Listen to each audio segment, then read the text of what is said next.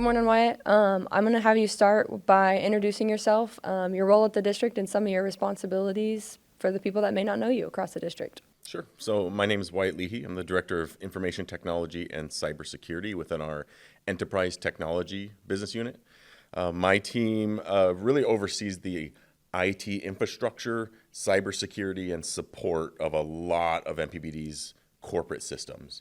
And so that would be the servers and storage and virtualization that exists across the district facilities, as well as the cybersecurity of all those systems and the support of those systems. So anytime from an end user having an issue on a PC to a server and a major application being down, kind of the initial point of contact and troubleshooting is my group.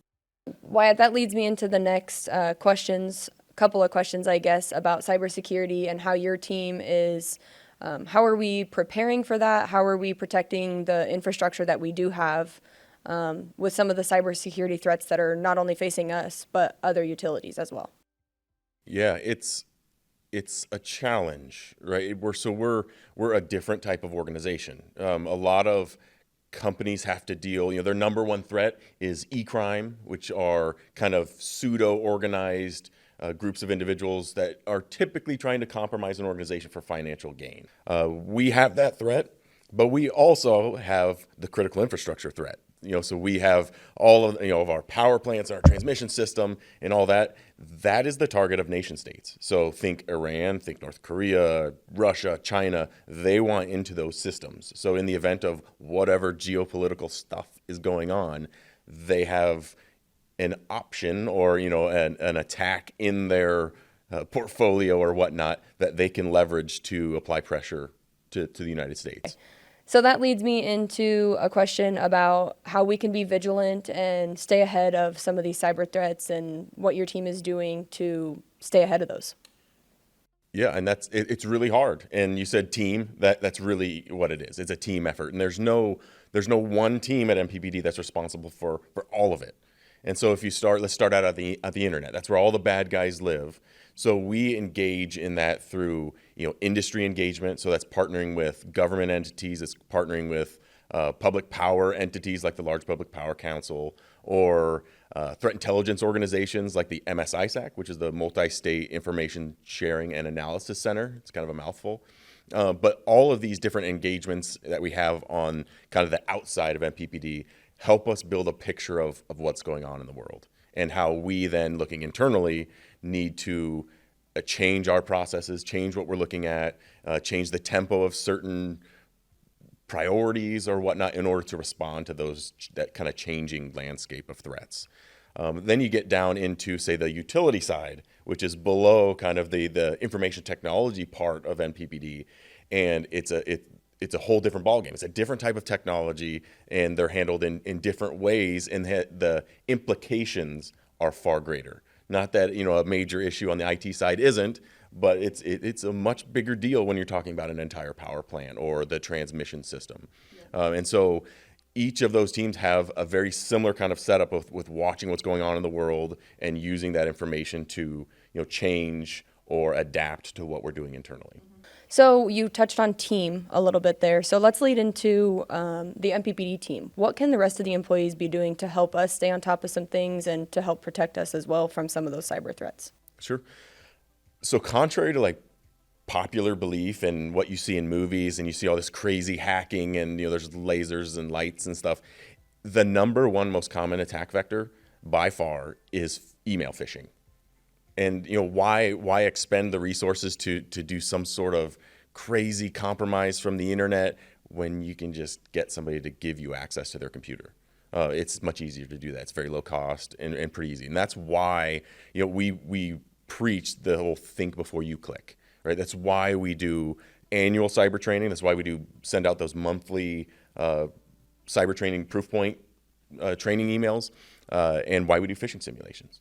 It's trying to strengthen what we call the human firewall. It's how an individual is vigilant in their day-to-day activities on their computer.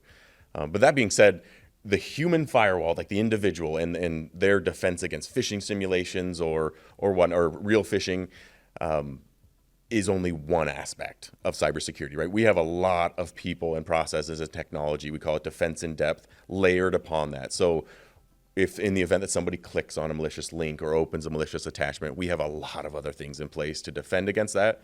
And we keep all of those, as well trained and updated as possible, which is why we do the phishing side too, because we want our human firewall to be just as prepared and just as well trained to defend against cyber attacks. Okay, perfect.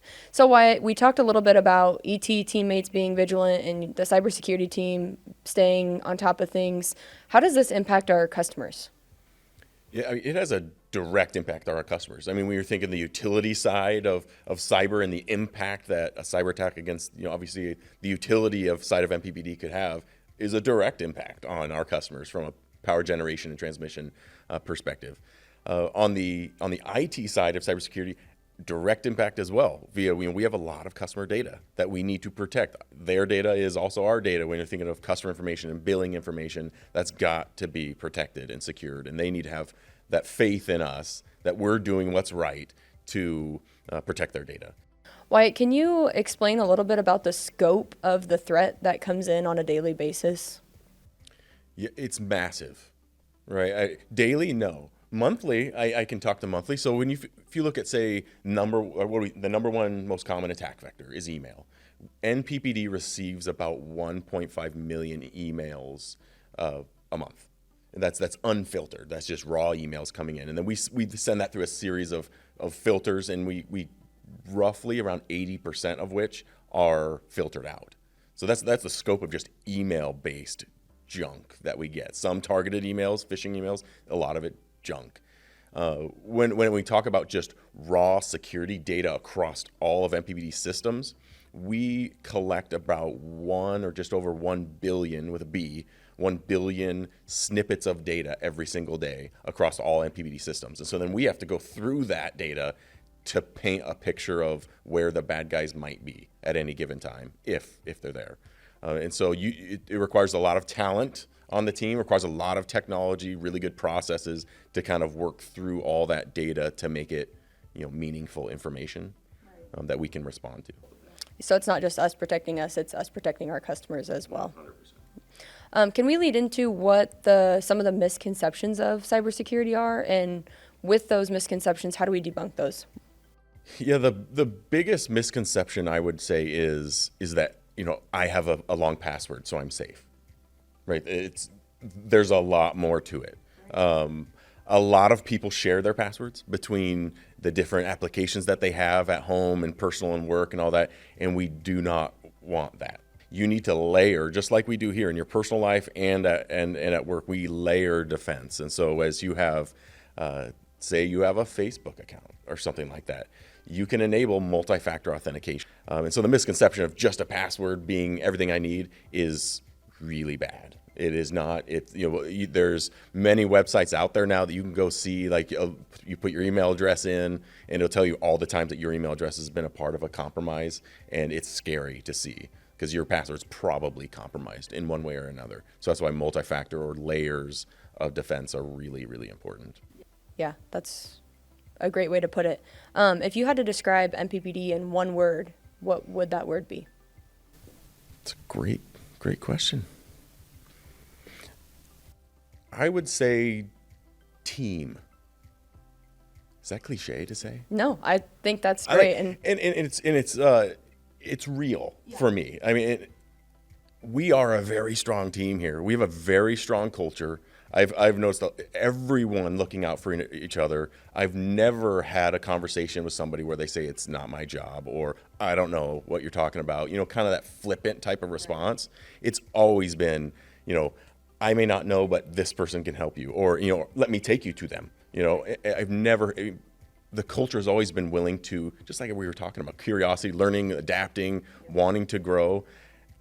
And it's all for the betterment of the team, whether that's your immediate team or the overall NPPD team. I think that's a good description.